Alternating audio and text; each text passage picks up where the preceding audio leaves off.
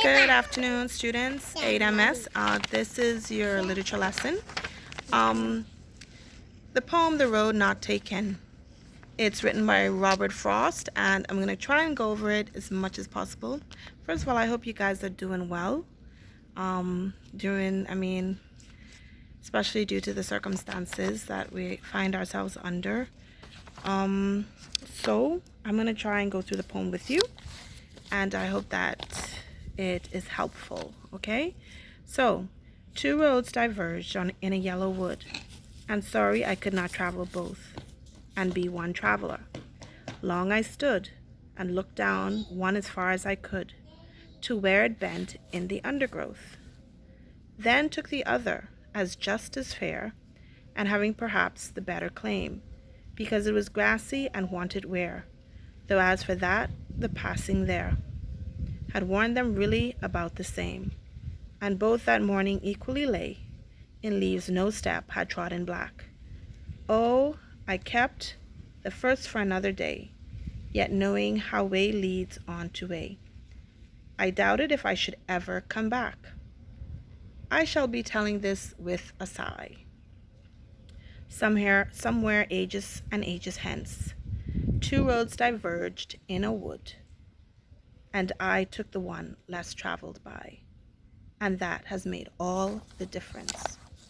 So this particular poem, it may seem as if it's difficult to understand, but to be honest with you, this poem is just about choices. It's about life and the choices that we make in life. And basically, Robert Frost, he is a very popular poet, American poet. And of course, this poem was published back in 1960s. And it's still very relevant for today because we all are on this journey called life. And sometimes we come to certain places in our life, even as young people and as adults. And, we have to make a choice. Which path should I take? And according to the type of path that you take, certain consequences or certain challenges will meet you on the road ahead. Certain mishaps, certain things in life. It's life. The choices that you make will affect, or the road that you take will affect your life. All right, so let's just look at basically the first stanza in the poem. Two roads diverged in a yellow wood. So here it is. Robert Frost, okay? Here it was. He was actually walking. All right, and I'm going to flip the camera here so you could see. He was walking down the road, and he came upon, let's switch it here. Yeah, and of course you're going to see my babies. I'm so sorry that you will have to see them because they're kind of running about. But here's what happened, okay? So he's walking down the road and... All right, I'm trying to flip the camera.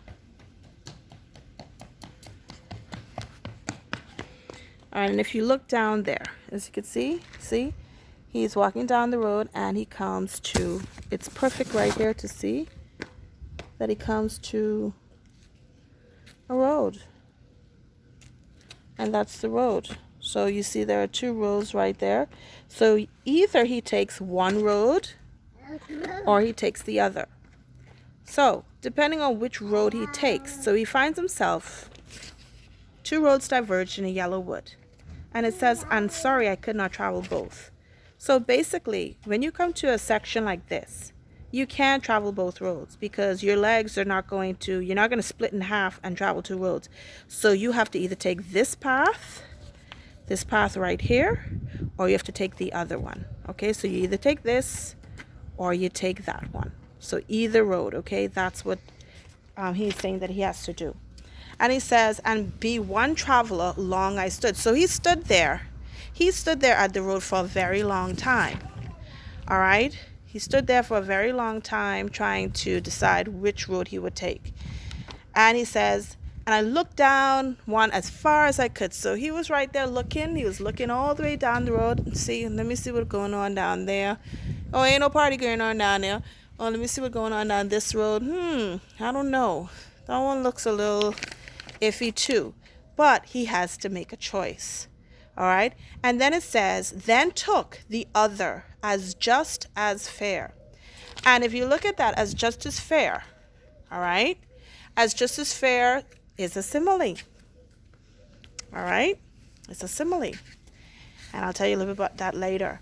And having perhaps the better claim, and all that means in having perhaps the better claim, one looked better than the other because it was grassy and it wanted wear. So one of the roads kind of looked a little better than the other because it wanted somebody to walk on it. It was nice and plush and green, and so it wanted a little bit more wear, okay? And one looked like it has been trodden on before. Though as for that passing there had worn them really about the same. And both that morning equally lay. In leaves no step had trodden black. All right? So both of them kind of looked the same as he came, but one looked as if it wanted more wear than the other. All right? One looked like nobody had really gone down that path, more than the next. So some parts of it, just looked like it just wanted somebody to walk down that road, okay? And it says, in leaves, no step had trodden black. Oh, I kept the first for another day. Yet knowing how way leads on to way, I doubted if I should ever come back. All right? So he decided to take the road that was less traveled. He said, this one that was grassy and wanted wear, I'm going to take this road. And he took it. Now, we all know if you go down a road and you take a path, the only way you're going to get back is if you walk back, right? Well, in this instance, he kind of kept on walking. He made his decision to go down this path, to take this path, and he kept on going. All right? And if you can recall any kind of life decision that you've made, all right, even you all, when you actually decide to do something, sometimes there's really no turning back. Either you do it or you don't. Okay? And so that's what he was on. He walked down this path, and whatever he would have met along that way, he was about to meet. All right? And then he said, I doubted if I should ever come back. I shall be telling this with a sigh. Now, when he says, I shall be telling this with a sigh, sigh is a word that is not, it's sad, right? So he may have some regrets that he took this road. He may or he may not. Okay? And it said, somewhere ages and ages hence, two roads diverged in a wood. So somewhere along the line, he may have regretted going down this particular road that was less traveled by. And I took, so two roads diverged in a wood. So he goes back to when he first started. Goes back to when he first started and looking at both paths. Should I take A? Should I take B? And he said, I took the one less traveled by. So when he said he took the one less traveled by, kind of brings us to there in this world and in life, and if we bring it back to our Christian faith, our path is supposed to be the one less traveled by. We are to always be the salt, to be the light of the earth. We are supposed to always do what is right and good and according to God's sight and according to God's word. And so sometimes you're going to make decisions and you're going to do things that are not very popular. And you may have some other friends, look at why you doing that. This ain't make no sense. You need to, come go with us. Come go to this party, And it may seem as if, wow, yeah, let me do it. But you may decide to stay home and study. You may decide to, even look at us now. We're in quarantine. We're in lockdown. You know, I want to go out. Miss Munnins want to go out to the food store. I want to go to the friends. I want to hang out. I want to go to my parents. I want to have fun, right? But I have to do what's best for me at this time. I have to make the decision and I have to sacrifice certain things. Why? Because that is what is going to be able to keep me safe and keep me, healthy. All right. So there are going to be a lot of choices that you have to make. Some you're going to regret. Some you're going to be like, oh, I'm glad I did. All right. And in this case, I'm glad I'm staying home. I'm getting a little bit of rest. I kind of miss you guys. I really miss you guys. But that's life. All right. At this point in time. And then it says, I took the one less traveled by. The last two lines of the poem. And that has made all the difference.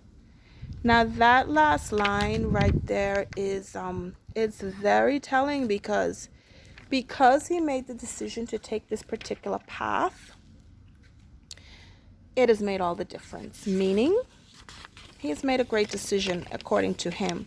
You know, it wasn't all easy. Things didn't all go great on that particular path, but it made all the difference in his life. All right. And so that's a little bit about the poem. I hope it helps you guys. There are one or two things I still want to point out to you. Just let me get my notes sorted out here. It says, it says here, the road represents kind of like a verge, like when you have to make a choice as well. It says, because of life is full of choices, and the choices we make define the whole course of our lives. That is true. You can make a really bad decision that can affect your life in a very negative way and take you on a whole new trajectory and off of your purpose and path.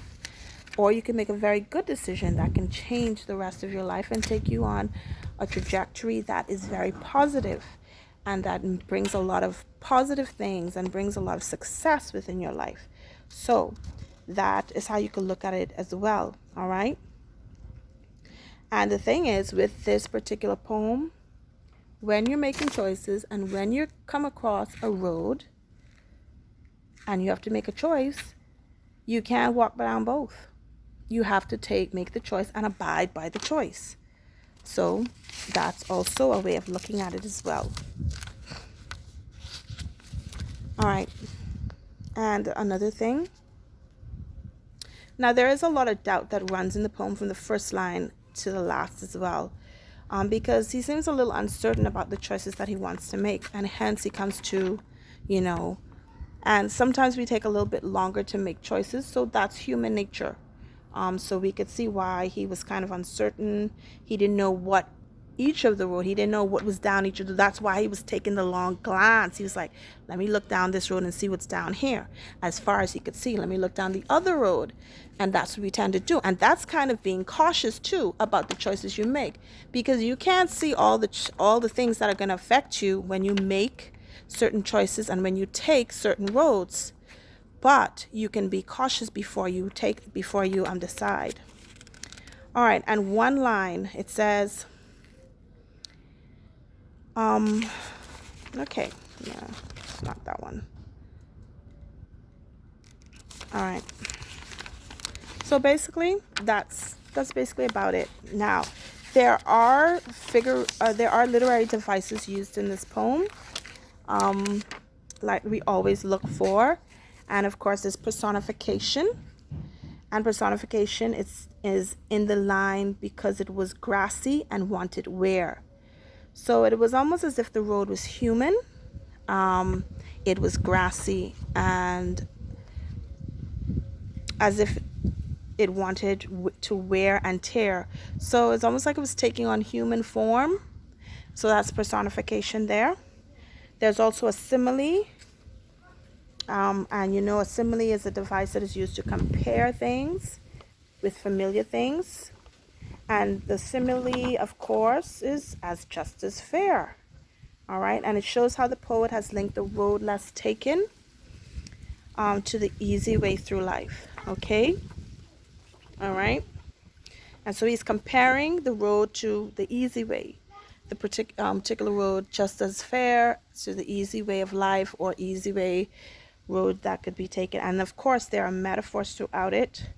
And it says there's the one metaphor, the road in the poem is the metaphor of life. Okay, so the road not taken is basically the metaphor. All right. It says the road in the poem is the metaphor of life, while the fork on the road metaphorically represents the choices we make to determine the course of our lives. So when he came to that diverge in the road, and he came to that fork in the road, and there were two paths, that's the metaphor. Okay, so I hope you guys understand the poem a little bit better. Answer the questions in complete sentences. If there are any questions, you can text me.